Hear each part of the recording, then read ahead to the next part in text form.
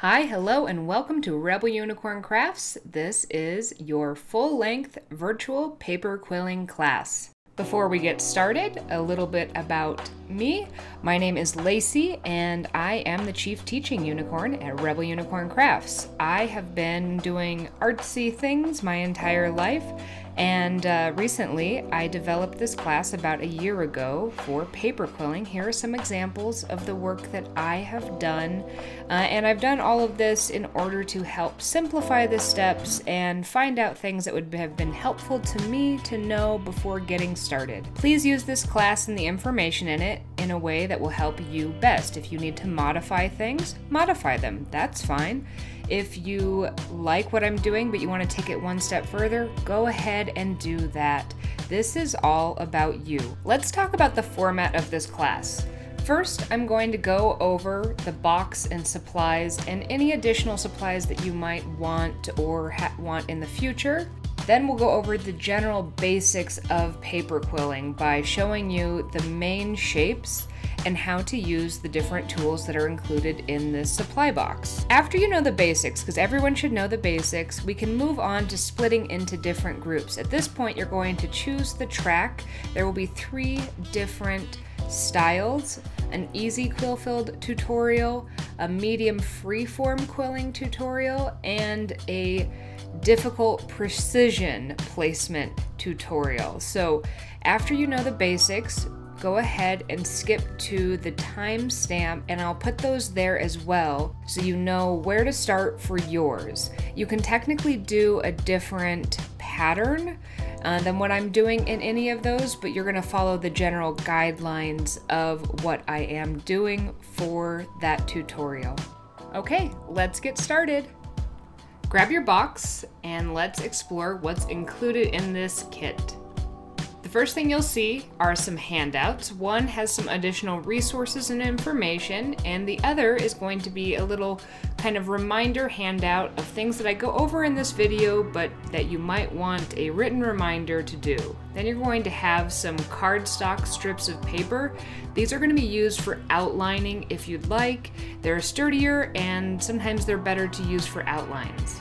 You'll have some scissors, paper quilling paper of all sorts of colors, templates, and yours might be different than the ones that are included in this box based on what you bought. A backing board, should be 5 by 7, a band-aid, glue stick, a pencil, and a paper quilling tool. Let's talk a little bit about these strips of paper. You don't have to use these, but they are good for outlining things. And then there will be a random piece of paper in there as well, and that is to put your glue on, which might help you actually glue things easier. You can use the templates that are included in my kit, or you can do your own thing. The backing board is going to be important for actually gluing things on. One, it's sized 5 by 7, so you could easily frame it in any sort of a picture frame. And also, it's not going to warp because it's thick enough that the moisture in the glue won't make your finished piece all warped. Let's go over some of the basics.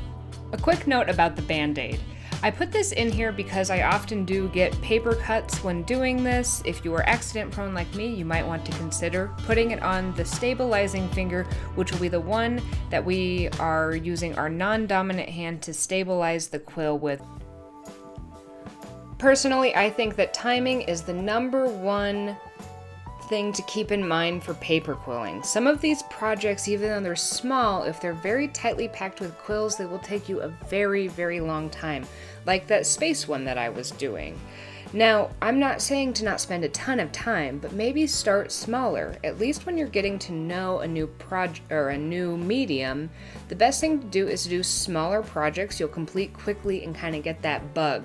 If you start something that's going to take you 15 total hours of work, the likelihood of you finishing that is kind of slim. So when you start, I recommend varying shapes and how tightly you coil things. You can see here I've got some examples of things I spent 10 minutes just quilling and gluing different shapes in different densities, as well as with different sizes and things like that. So you can see how much different coverage you get based on how you're quilling and how you mix it up. Let's go over the tools we'll need. The first thing are some strips of paper. You can either get these paper by cutting strips at home, or you can buy a pack of pre-cut strips of paper like this. They're nice because they're the same thickness and they come in a wide variety of colors, sometimes more than you would get in a pack of paper. The second thing you're going to need is another piece of paper, or I recommend a backing board. It's thick because if you use just normal paper or even a cardstock, there's enough water in the glue that it can cause warping. You can see in some of my older ones where I used just a cardstock how much warping did occur. By using the backing board or a matting board, you'll be able to do a design that doesn't have any warping, like this one. Nice and straight back. We have the paper part of the equation. Now we need the quilling part, so you'll need a paper quill. A paper quill, in essence, is going to be typically a plastic handle with a metal tip on it. I can't zoom in close enough to show you what the quill actually looks like, so I'm going to draw it. The metal tip actually looks round, but it has a little bit of a slot. So it has two sides, and in that slot of the metal part is where you put the paper in order to quill it. Let's actually start quilling by going over the basic shapes that you can make when quilling. You're going to insert the paper in the slot, and then you're going to twist with your dominant hand and push against a stabilizing finger. That's where you might want to put your band-aid. If you twist this very tightly, it's going to make a tight coil, and if you twist it looser, it'll make a looser coil. The first shape is a tightly quilled coil that we're going to actually glue right on while it's still on the quill so we don't lose any of that shape. Your glue stick's going to look a little different than mine. It still holds just as well, but it doesn't spill like these do in the boxes. So you're going to hold it on there, and if you use the right amount of glue, don't use too much, it should be set after about 5 seconds. The tight coil looks like that with one strip of paper, and if you were to release it, it will look like the one on the right. First we did a tightly coiled one where we glued it right on after we wound it up. If you were to have let that go and let that off of the quill, it'll look like this. You can then leave that open to use it, or you can close it off here so that you have a nice closed rounded coil.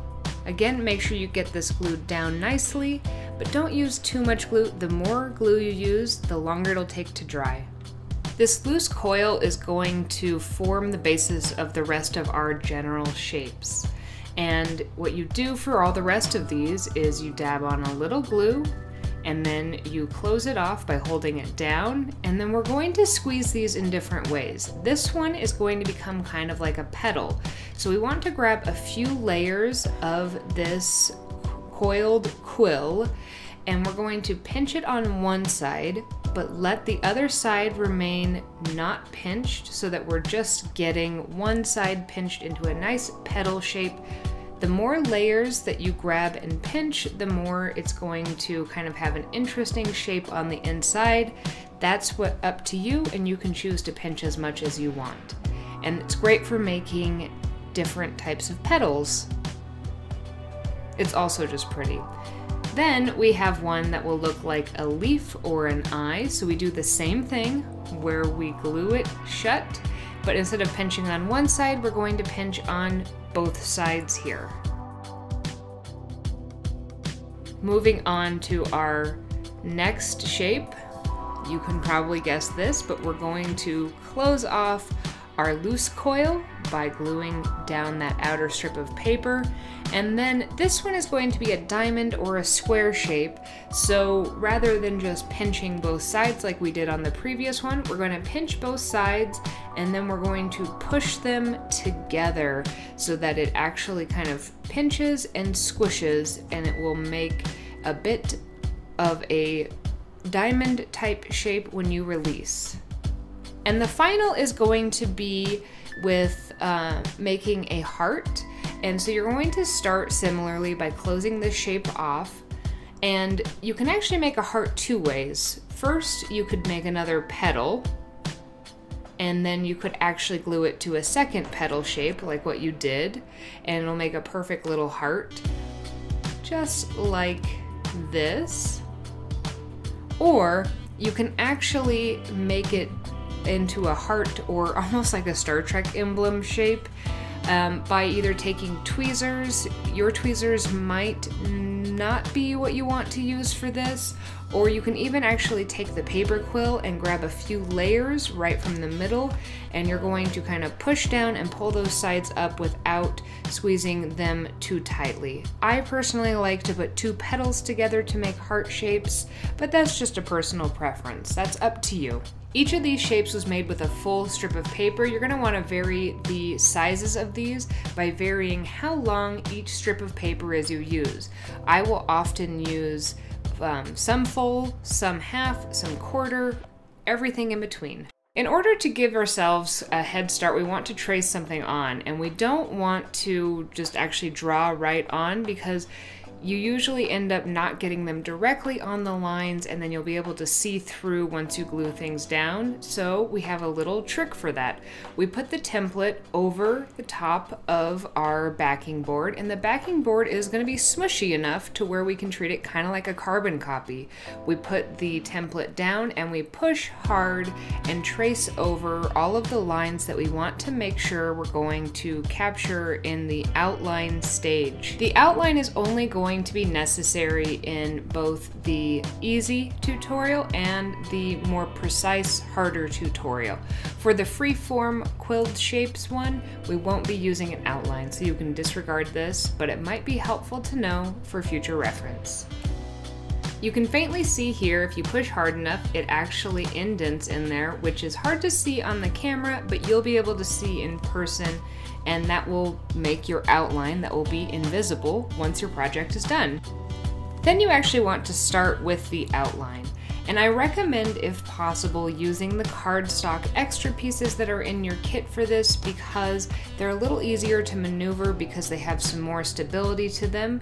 If you have curves in the outline you're going to be following, you want to break the fibers of the paper so that you can use the curve that it creates, and you can actually do this on both sides. So if you had a curve that went one way and then the other way, half you could curve in one way and half you could curve the other, but it will actually help you kind of create those lines better.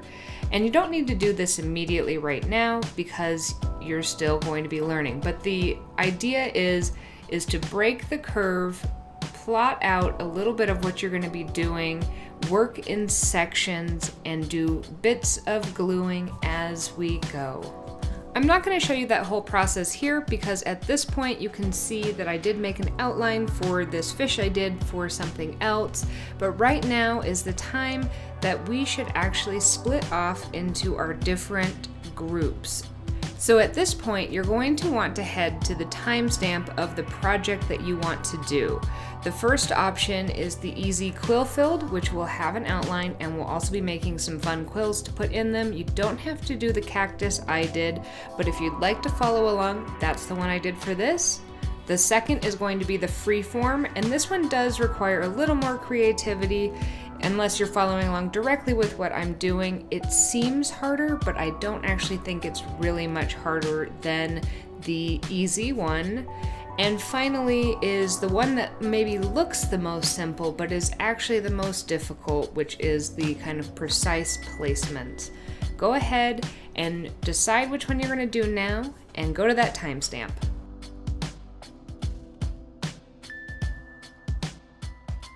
Okay, for this one you're going to want to select whatever template you want. You can technically do this with any of them. They'll obviously look different if you're using a different template than I am. If you want, you can then cut down the piece of paper to size so you can better see where it's going to be placed on your actual backing board and get it lined up. Optionally also tape this down if you don't want it to move, and then trace over it, pushing really hard. Treat it like a carbon copy piece of paper, and if you do it right, it should leave an imprint like this. The glue in your kit has a slightly different shape. I found that these ones actually did leak in the boxes, so I changed those up. You can also kind of squeeze some of that extra glue onto that scrap piece of colored paper that will allow you to dip it in, kind of similar to how you use the sponge tip on here.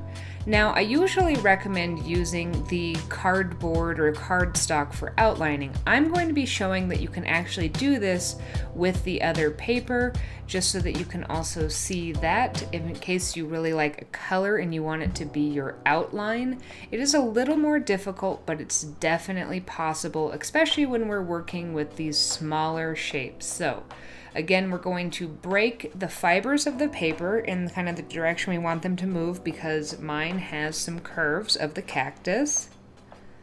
And that's going to kind of give you a leg up. And you want to just roughly estimate where these are going to be. You can use your fingers to break this, but be very careful. I've gotten the most paper cuts from doing that. Use something like a pencil, your quill, even the scissors. And then you don't need this to be perfect, but cut it off about where you want it to be. Practice shaping this, and then we're going to start gluing this down. You're not going to be able to glue down the entirety of this shape. Go slow with this. Reshape, work in segments as you glue. Don't put too much glue on there. I did put glue all over the bottom side of this, and when you're working with smaller pieces like this, you might be able to do the same, but if you're not comfortable, work with only putting glue on half of this, because if you put too much and you slide it around, you will have glue residue on the outsides. You can often actually take a strip of the paper, a scrap of it, and put a little glue on it, and you'll be able to slide it under there as you kind of move this around. But just use just enough glue to where it will adhere. Don't use too much. Place it and hold it down. You'll know you're using about the right amount of glue if you don't need to hold this in place for more than 10 seconds or so. Then cut off any excess pieces that you don't want if you made yours too long like I did, and remove those little pieces. The tweezers can be super handy for this. This is totally optional, but I decided to actually do 2 strips of paper because I wanted there to be even more kind of contrast, so I put a darker blue as well around, and it will in theory also give it more stability. You don't have to do this, but if you like the look, go ahead and do that as well. I decided to split my outline and quilling into 2 parts so that I wasn't going to get bored. You can either complete the rest of your outline, including the vase, if you have one in the template you've decided to use, or you can do it like I did, where I'm working in 2 different segments. So I finished the actual cactus outline, then I'm going to quill to put in the pieces of quilling paper in there, and then I will then do that again for the bottom. And that was just to break up the process, to give me something a little different to do so I didn't get too frustrated at the same time. As a quick note, if you are doing an extra outline layer, you can actually just put it on the side of the paper instead of the bottom and glue them to each other. Feel free to pause the video to either complete your entire outline or just one section of it, and we're going to get started with filling that top portion in just a moment. Once I have my outline set, I like to actually quill quite a few different ones of different shapes. So I will either tear or cut my paper up into half, fourth, third strips, so I have some variety in the different sizes of the quills I'm going to be producing, because I like to have variety. I think it adds some extra texture and interest. If you want, you can do what I did, where I wanted them to actually be thinner and fit in there more, so I actually cut mine in half. Totally optional, that's just what I decided to do. You can use the whole thing. There should be quite a bit of the colors that you want to use in there, but that's up to you. So I decided to do 2, and if you do cut them in half like that, you can actually do 2 at once. So if you're impatient like me, you can do that. I like to bulk do these, so I will actually curl up a bunch. Let's go ahead and do that now. Pause at this point and make some different quills of different sizes. Maybe start with about 10 to 20. You don't need to have all of them at once. It is helpful to have some of different sizes so you can kind of fit them in where they need to be. And now, see, I've got a whole set where they are kind of ready to go. I have 2 different colors because I wanted to vary that a little bit. You can make the different quill shapes. For this one, you'll see what I do is I actually do the circular ones up in the cactus, and I decided not to close mine off because I didn't want to take the extra time. And I also thought it looked a little more natural. That was just a personal preference, and I also think that you can sometimes kind of pack these in and it will kind of close them on their own. But I'm going to put the bright green ones kind of down the center. So again, this is for kind of that optical illusion.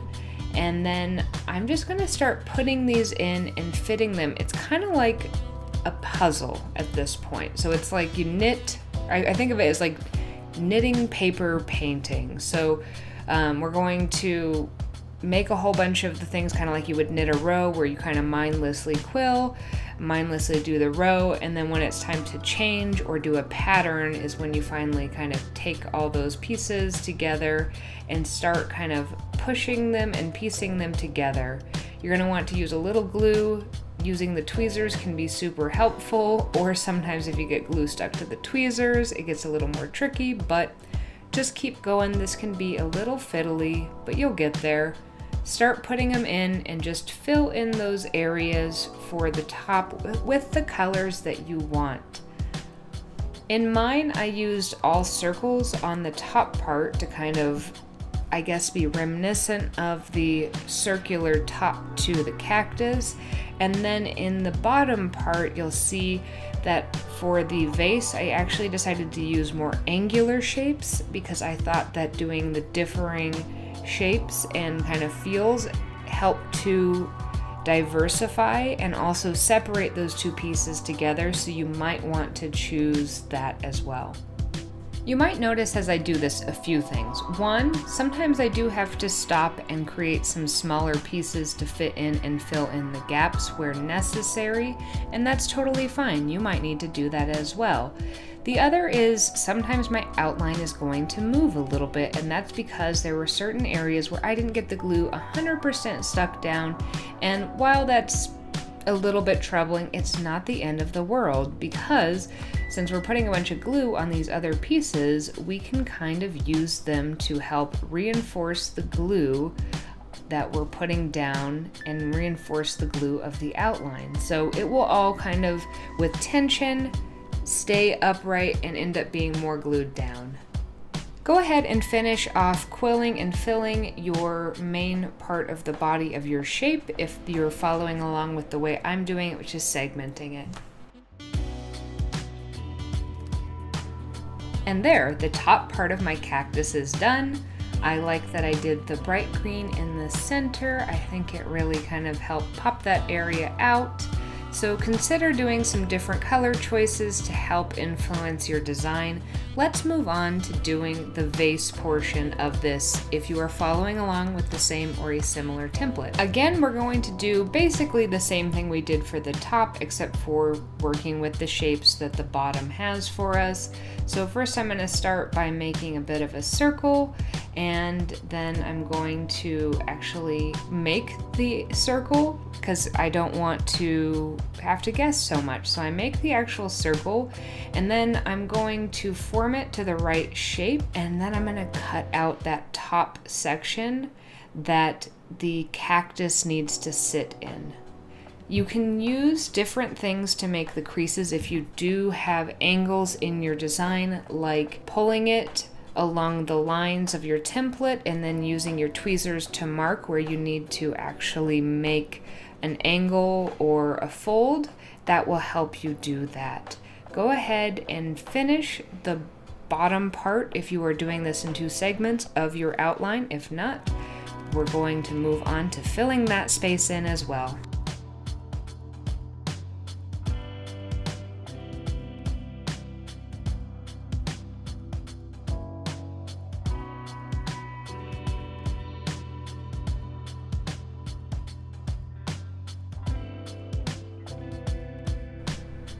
I started by using some brown and tightly quilling those to actually fill in where the dirt would be in the pot of the cactus, and I just filled that in a very similar way to how I did the top part. Then let's move down to the bottom part. Do you see here also how I did get some glue on there that's going to leave some shiny residue? That's why you don't want to use too much at once during your outlining. I revisited my template and saw that the design that I had set for this one was kind of a squiggly pattern across the front of the vase. And while I could try to do exactly that, I thought I would work with the paper and instead just fold it back and forth to make little zigzags that I could fit in there for the center of this pot. And all I did was just kind of decide the size of the zigzag, and I also didn't necessarily need this to be perfect, so I did them about all the same size, but there's some variation in there, and that's okay. And I just went back and forth, zigzagging, folding it over, and then flipping it and folding it over the other way so that when I release, I get a nice zigzag shape. Then I cut it to about the size I wanted it and test fit it in there to make sure it would work. For the bottom, again, like I said, I want to vary kind of the shape so that I can differentiate between the vase and the cactus, and since I'm using this real angular squiggle line as a nice fun pattern in the center of this, I've decided to make all the shapes that are going to fill this bottom part in that diamond or square shape. So I'm going to get this squiggle where I want it to be, and I will glue this down, and then I'm going to do what I did before where I made kind of a bulk of quills, and I'm going to shape them, and then I'm going to just start fitting them in. So let's go ahead and start doing that. So kind of like before, I made a whole bunch of those quills, and I like to do that first just to kind of do that and get that out of the way. Then I start actually forming these shapes that I'm going to fit in. So I'm closing them off and then pinching and pushing so that they make the diamond shapes. And I'm going to then kind of treat this like a puzzle to fill in all the gaps. Feel free at this point to pause to catch up or just to work at your own pace. At this point, you're going to know almost everything that you need to know to complete this piece, except for one little fun tidbit if you are also doing a cactus, so I can show you something extra fun that I did in order to take this up a notch. At this point, feel free to stop here, or if you want to add some little spikes on, we're going to do a similar thing where we made the little zigzags. I'm going to do it with a darker color, but I'm going to make little V's, and I'm going to cut little slits in my outline, and then I'm going to actually glue those little V's in there so that I have some slightly three-dimensional prickles to the cactus. If you're doing this step, you are going to cut the little perforations in the outline, make a V, put a little glue, and slide it in those slots that you cut. If you are not going to do this, then you are done. You can sign it, frame it, or do whatever you want with it. Congratulations on finishing your first quilling project. If you'd like to share it with me, I would love to see it. You can send it to me through my Instagram at Rebel Unicorn Crafts.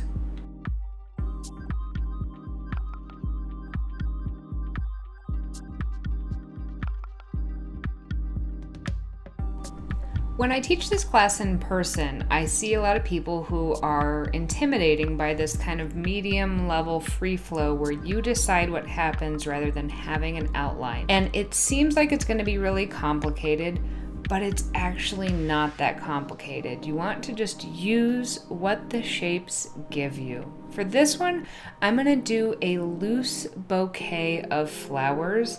And I'm just gonna start by taking some of the green color I have, and I'm not even gonna super shape the shape of the paper. I'm gonna use the lines that it's giving me, and I'm just gonna start by deciding where I want a couple stems for some flowers to be. That looks pretty good to me. I like that. I might even want to have a couple different types of flowers, so maybe I'll put 2 different stem colors down. That also looks nice. And then I just kind of choose the colors I want. Now, we can technically make petals like what we talked about before when we're making our shapes, or you can do these really loose petals where you're going to hand form them instead of quilling. And you're going to do that by just looping it over, gluing the 2 ends together, and then cutting them off. Making that shape a bunch of different times so that you have all of the different little petals that you want.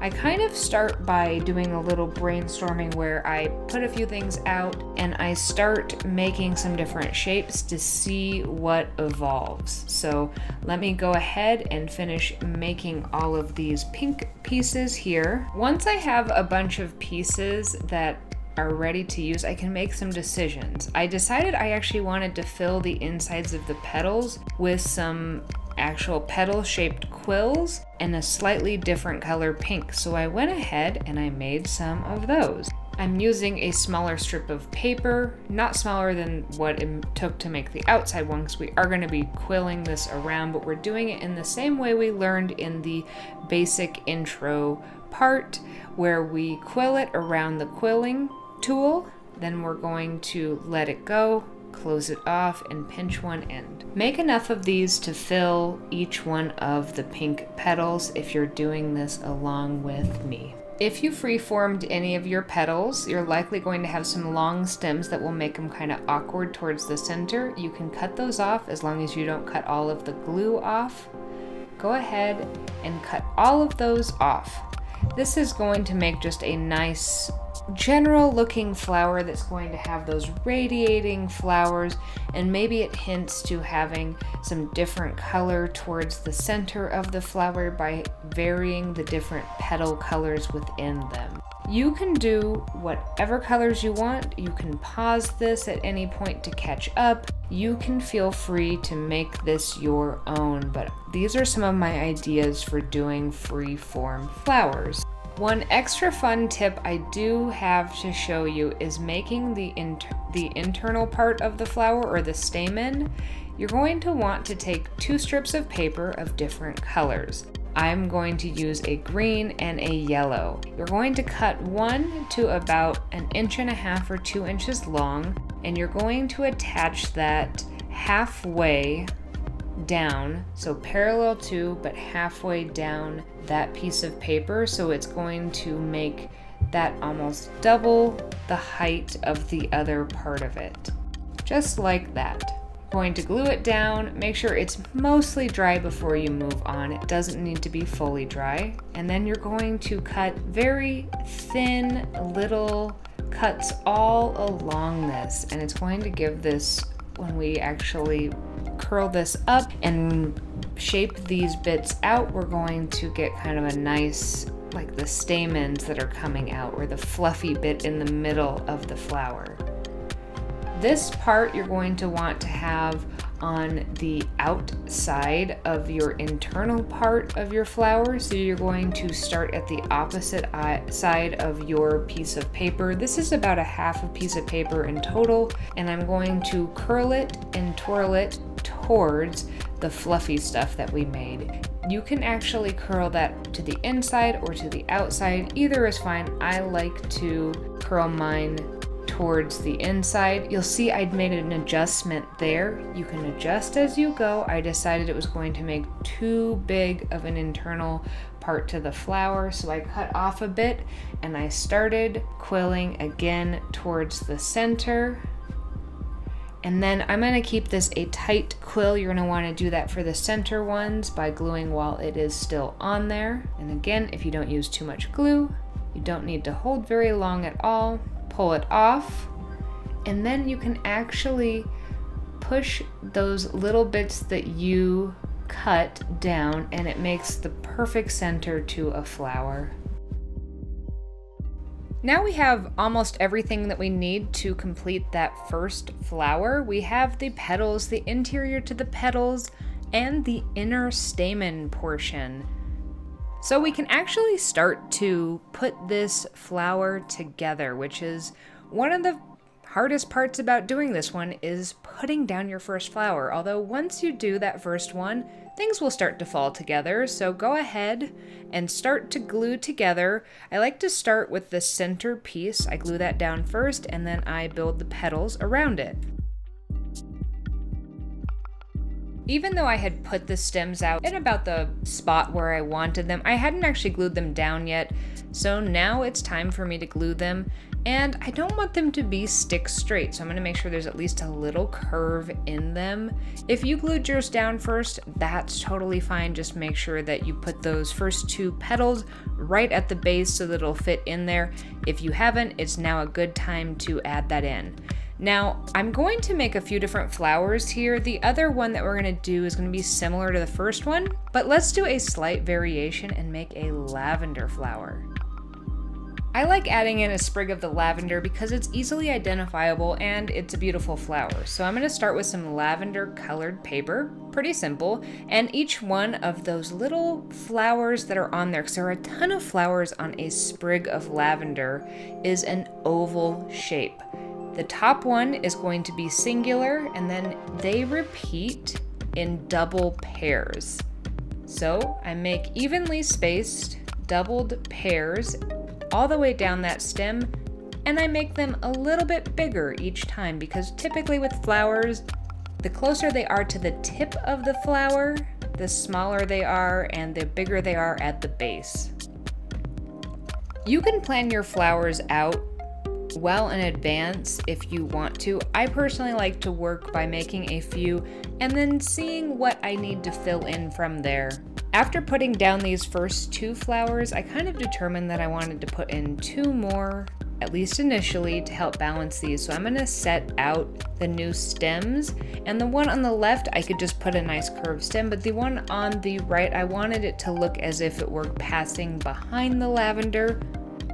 So I made one part of the stem fitting in between the flowers, and the other I cut and had it coming out the side of the lavender to the right. Another way that you can use those petal shapes that we made for the first one as the first step is to flip them around, and then they're kind of like those cornflowers or a little bit of a star pattern, so you can use that.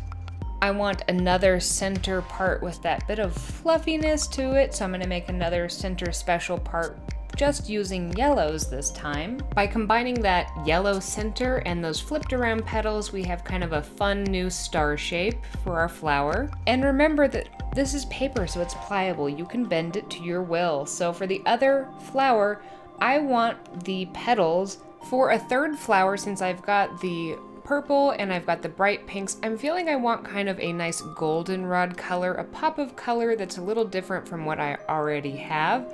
So I'm gonna go ahead and form the petal shapes by creating the repeating petals that get slightly larger as I make them without the quill. And we've already played with the two different shapes of the petals. We've got the traditional petal shape, the flipped around one that makes kind of the cornflower or star shape, but I want to change this one to be even different. And remember that this is paper, so it's pliable. You can bend it to your will. So for the other flower, I want the petals to be bigger at the top than they are at the base, a lot bigger and almost flattened. So I'm going to, when I hold and squeeze the bottom, I'm going to also push a little on the top. I don't want to completely crease this, but I do want to encourage this to flatten a little bit at the top. For this freeform one, you can do this as simply or as complicated as you want. These are just some of my tips on how I built this. I ended up adding another sprig of lavender, and I also embellished with some very simple leaf shapes using kind of a form of the eye shape that we learned how to make in the basic shape. But these are your flowers, so make them look how you want. Use the bits of lessons that I have in here to form your ideal paper quilling bouquet. The final option in this tutorial is the hard version, or precision placement. And hard is kind of a relative term. This is actually just more of a tedious one. So you're definitely able to do it, but you just want to make sure you've got the patience to actually complete this one. If it's your first quilling project, I suggest starting with one of the other two because they're just a little bit more fun and whimsical to start with. To start this one, you're going to want to take whatever you're going to be creating, placing the outline on here. I like to tape it down, and then I use a pencil to trace over it in order to get an impression of the outline without actually marking on the paper so that I don't have to worry about the pencil marks being stuck under glue when I've got a nice finished product. Next, you want to select the color for your outline. I'm going to be doing this Montserrat leaf, and I want a nice bright green. So I'm going to use that impression that you can see just barely. I can see it a little better in person. And I'm going to start shaping this. You want to work in sections. You're not going to be able to create the entirety of this outline in one go, so I like to put down a little glue, and I start with a few of the creases and curves that I'm going to need. Remember, the more glue that you put on this, the longer it's going to take to dry, so you want to use just enough glue to where it will stick down because it'll dry faster and then you won't have to sit here and hold it as much. Working in sections, carefully create your outline. Remember to use the tools you have, so if you need to use the tweezers to make a crease or you want to use the end of the quill in order to make a curve, that will help you a lot. Complete your outline now. You can see with mine I did add a little bit too much glue in certain areas and so it starts to slip and I have to sit and hold, so try to get a good balance of glue in order to make a nice clean outline. If your design has any interior elements that also need to be outlined, especially if you're doing something like a leaf, I recommend putting in that center stem. Go ahead and add those details now.